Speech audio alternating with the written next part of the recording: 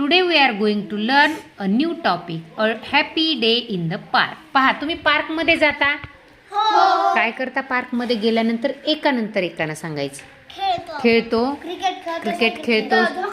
बर, सांगा. टिफिन खातो, घसरगुंडी खेळतो. म्हणजे काय करतो तिथे आपण पार्कमध्ये गेल्यानंतर? मज्जा करतो. आपल्याला काय मिळतो पार्कमध्ये गेल्यानंतर, बागेमध्ये गेल्यानंतर? आनंद मिळतो. बघा, छान. व्हॉट थिंग्स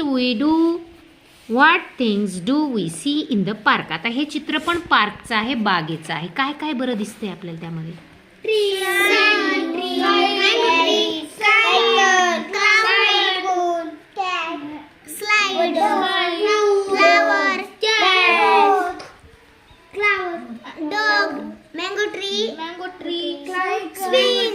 छान. म्हणजे तुम्ही बारकाईने निरीक्षण जसं कराल तसं तुम्हाला बारीक बारीक चित्र पण त्यातील दिसणार आहेत.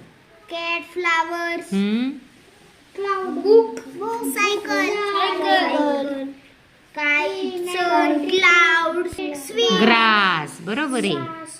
बघा, why do we visit a park. आपण विजिटला किंवा बागेला भेट का बरं देतो?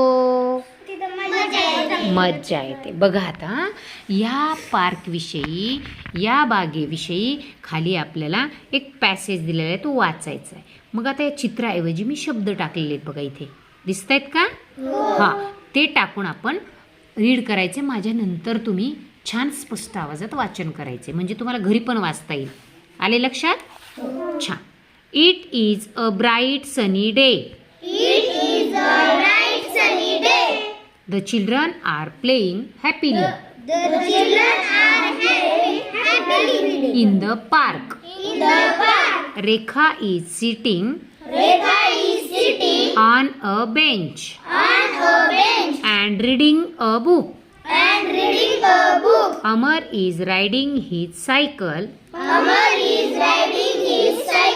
on the path. Vikas is playing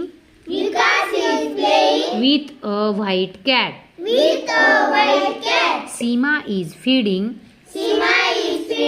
the ducklings near the pond. Meera is behind the tree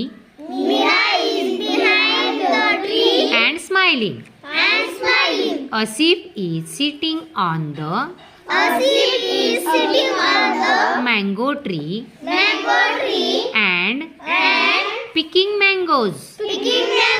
John is flying a colorful kite in the clouds. Everyone is enjoying the lovely day together. पहा, आपण या चित्रवर्णनामध्ये काय केलंय बरं? चित्राच्या ऐवजी काय टाकलंय? शब्द टाकलाय. त्या चित्राला इंग्रजीमध्ये काय म्हणतात ती नावं टाकलीत. आणि आता तुम्ही घरी गेल्यानंतर काय करणार आहेत? वाचनाचं ऐकून सराव करायचा आहे, जेणेकरून तुम्हाला काय करता येणार आहे? शब्द पण माहिती होणार आहेत, लिहिता पण येणार आहेत आणि वाचता पण येणार आहेत. सगळ्यांनी रीड करायचंय.